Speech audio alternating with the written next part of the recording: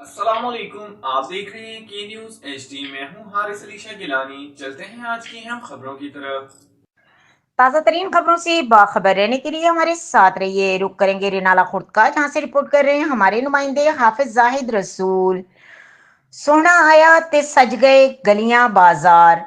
12 रबीउल अव्वल की मुनासबत से शहर भर में रैलियां जुलूस निकाले जा रहे हैं। हर तरफ या रसूल अल्लाह सल्लल्लाहु अलैहि वसल्लम की सदाएं गूंज रही हैं।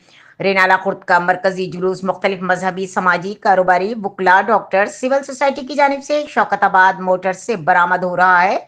चौक अनवार रशीद कॉलोनी से शुरू होकर कचहरी चौक, कलमा चौक, वेलकम रोड, सदर बाजार पहुंचा गया, जहां पर उलमा कराम ने बयानात किए।